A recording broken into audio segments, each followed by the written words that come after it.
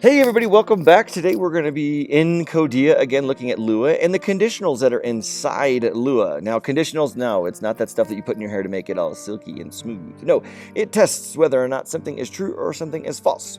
So let's set up here. Let's say A equals 1, B equals 2, C equals -3, just to mix it up, X equals 1, Y equals 2, and Z equals 3. All right, I've set up some variables. You can do however you want, but right now we're just going to look at numbers here to make it easy on ourselves.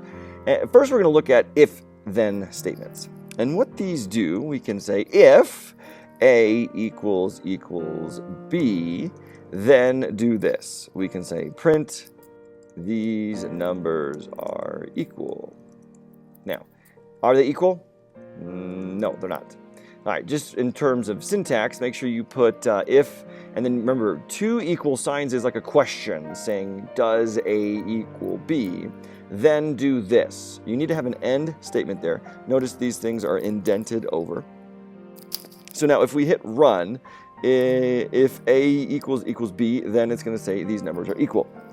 And we hit run, and it does nothing. Well, here's a little trick we can do. We can put else print these numbers are not equal.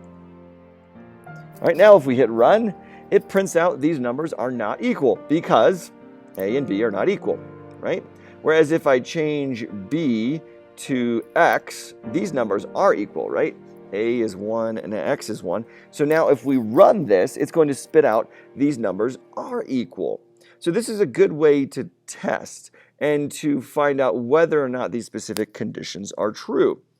We can run in here. We can do a couple other things too. Let's just say, is A greater than B? And then we can come down here and we can say A is bigger than B. And then we can say else if A is less than B, then do this. This is an easy, quick way here to put in another statement. We can say A is less than B. And then we can come down here and do else. Otherwise, do this. Print they are equal. Right? Because if 1 is not less than, if it is not greater than, then we know it is equal to the other one. All right, so it's going to go through here. Let's just remind ourselves, A is 1, B is 2. So is A greater than B? No, it's not. So it's going to skip this, and then it's going to come down here. Else if A is less than B, then do this. Oh, you're going to print out A is less than B. So let's run it, see what happens. And it says that A is less than B. Okay, now let's change B to 0 and run it, and now it should spit out that A is bigger than B, correct? Yes, it does. Yes, it does. It goes through there. It tests it. Now, let's do 1 here. And now it should go through all 3 of those, and it should spit out they are equal. This is very, very handy. You can do 2 different things, too. You can say if A is less than or greater than B, and if B is greater than C, then do this. Or you can come down here and say else if A is less than B, or X is less than Y, then do that. And it's going to spit out. And I'm just putting a ton of different things in here. I can even add another else if in here. And we can do if C is greater than Y, or C is less than X, then do this. Print blah, blah. All right, so let's run it. Let's just see what happens here. Is it going to print out anything? Yes, it's going to print out A is less than B. Okay, because it had the or statement in there. So these are if-then statements. These are very, very handy.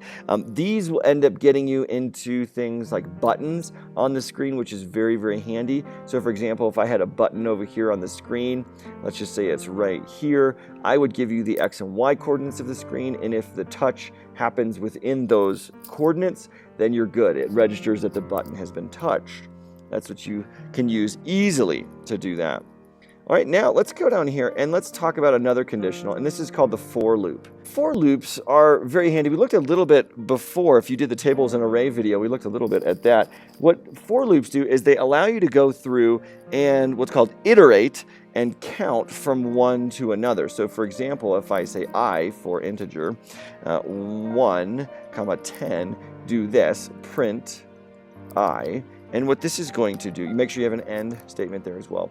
But what this is going to do now is it's going to count all the way through, and it's going to say the first time through it's going to do 1, second time through it's going to do 2, third time through it's going to be 3, and so forth. This is a really quick way for us to print out the numbers 1 through 10. It goes through every single one of them. So for example, if we do have an array, we can do this. We can put two variables here. We can do I and V for value.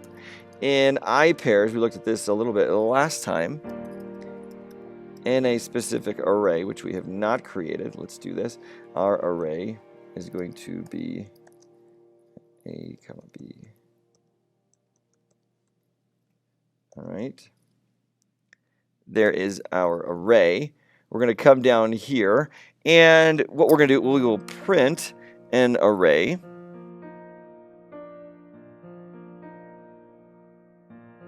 All right, let's run this, make sure it works.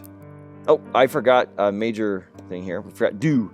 All right, so now what it's going to do, we put the do in there. So now what it's going to do is going to print array with the brackets there, and it's going to then go to I, which means take that specific value for that key reference and then give me the value over here. So this is the key, this is the value. Let's hit run, and it spits out, well, what's the first array? Array 1 is 1, array 2 is 1, array 3 is -3, array 4 is 1, array 5 is 2, 6 is 3. So it has iterated, gone through and counted and printed out every single value here for the values and key references there in the array. Whereas A, B, so it should have printed out 1, 1, -3, 1, 2, 3, just in that order, right?